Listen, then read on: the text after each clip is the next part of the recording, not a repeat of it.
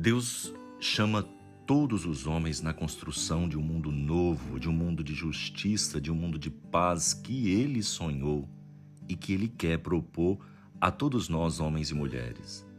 Diante da proposta de Deus, nós podemos dizer sim, assumimos um compromisso coerente, ou podemos dizer não, ou mesmo evitarmos qualquer tipo de compromisso, porque nós temos o livre-arbítrio, grande presente dado a nós por Deus, o poder da escolha. Dizer sim, eis-me aqui, dizer não, eu não quero, ou mesmo ficar indiferente aos apelos do Senhor. Na primeira leitura do livro do profeta Ezequiel, no capítulo 18, versículo de 25 a 28, Ezequiel convida os israelitas exilados na Babilônia a viverem com coerência o sim que eles deram ao Senhor, o sim que eles deram à aliança. A história da vinha ilustra o cuidado e o amor do Senhor por ela. Videiras escolhidas, lugares bem cuidados, estes esperavam uma grande colheita. Mas a decepção foi grande, porque só produziram uvas ácidas, imprestáveis. A reação é justamente o amor transformou-se em ódio e abandono. Havia nessa história contada, nessa meditação escrita pelo profeta, era o próprio Israel, o povo de Deus, que mereceu um cuidado especial de Deus e só produziu frutos amargos. A infidelidade à aliança e as manifestações superficiais de religiosidade não tinham aquela profundidade, aquele compromisso com o espiritual, com o transcendente, com Deus. O castigo veio, a destruição da vinha. E essa destruição é justamente quando os assírios e os babilônicos, povos de outras nações, vêm e justamente dominam, destroem e repatriam, levam aqueles homens e mulheres para serem exilados, para viver numa terra pagã, numa terra estrangeira. São Paulo, quando ele escreve a sua carta aos Filipenses, ele apresenta o exemplo de Jesus, aquele que despojou-se da condição divina, aquele que abdicou daquela condição de Deus onipotente para assumir a condição humana, aquele que é obediente, aquele que diz sim ao Pai, ao projeto do Pai, aquele que diz sim até a morte e morte de cruz. Caríssimos irmãos e irmãs, o Evangelho deste domingo fala de dois tipos de sim. Nós vemos lá Mateus no capítulo 21, versículo de 28 a 32, essa perícopa ela vai nos ajudar. Ela vai ser uma continuação da reflexão do domingo passado sobre a vinha do Senhor. Vimos no passado domingo que todos somos chamados a trabalhar nessa vinha. Hoje nós vemos no Evangelho qual pode ser a nossa resposta a esse chamado.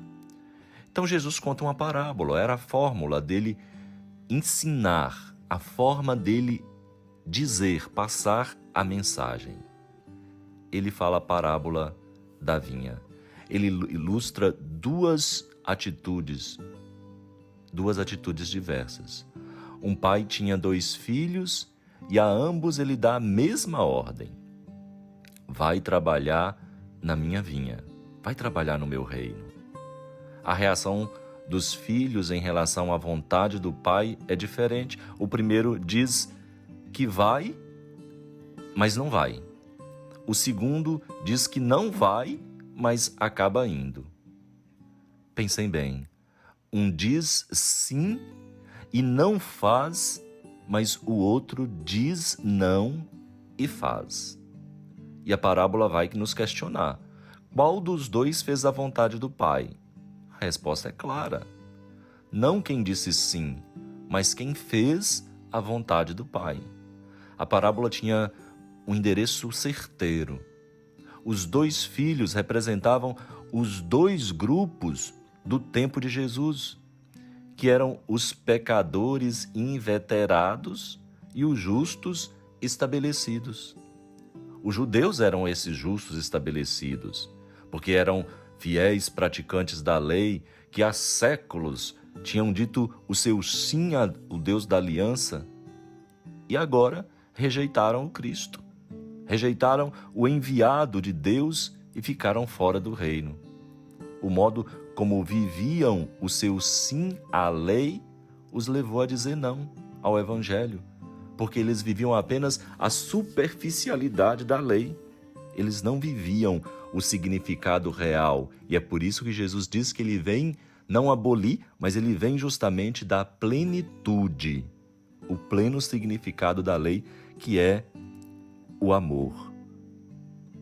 Os pecadores inveterados eram os cobradores de impostos, as prostitutas, que por muito tempo eles disseram não à vontade de Deus expressa na lei, mas agora eles acabam dizendo sim ao apelo de Jesus e entravam no reino seguindo a proposta do divino Jesus. É interessante a gente notar que essa parábola só foi narrada pelo evangelista São Mateus. Quem era o evangelista São Mateus? Era aquele Levi, que era um cobrador de impostos. Antes ele era considerado um pecador público e agora ele se tornou um discípulo ardoroso, um apóstolo de Cristo. Após a morte de Jesus, essa profecia se realizava. As comunidades cristãs formadas por aqueles pagãos, os segundos, os que eram considerados pecadores, estavam sendo os primeiros a trabalhar na vinha do Senhor. Mas o que essa parábola quer dizer para nós nos nossos dias? Deus continua tendo dois filhos. Alguns dizem sim no batismo, dizem sim na missa, em algumas práticas religiosas, mas depois, na vida concreta, lá fora, na família, no trabalho, na escola, na sociedade, transformam esse sim em muitos nãos.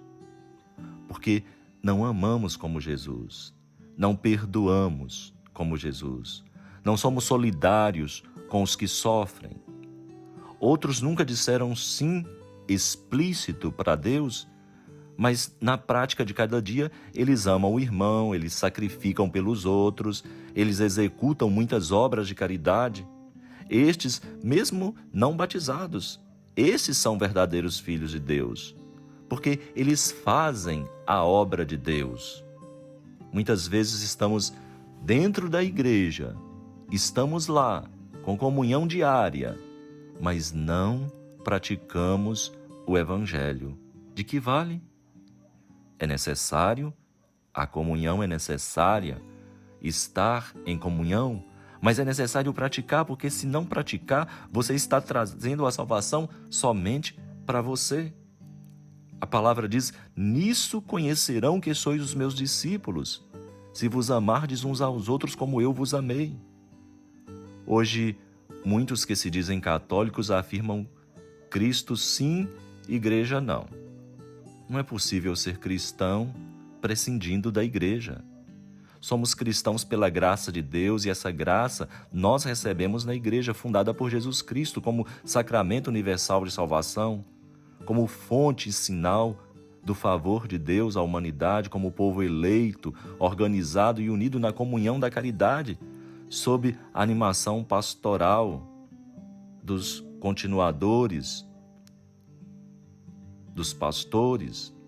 Não é suficiente uma adesão verbal a Cristo, não bastam palavras bonitas se essas palavras não refletirem a sinceridade de seu coração.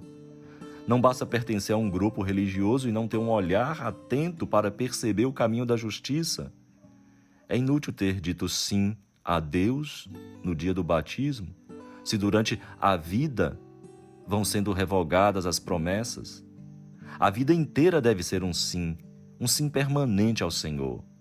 É melhor ser cristão sem dizê-lo do que o dizer sem sê-lo. A que grupo você pertence? A que filho você se assemelha? Ao primeiro filho ou ao segundo? A um pouco de cada um? Ou seria melhor que fôssemos como o terceiro filho, do qual a parábola não fala, mas é aquele que diz sim e vai mesmo? Louvado seja nosso Senhor Jesus Cristo, para sempre seja louvado. Abençoe-vos o Deus onipotente, o Pai, o Filho e o Espírito Santo. Amém.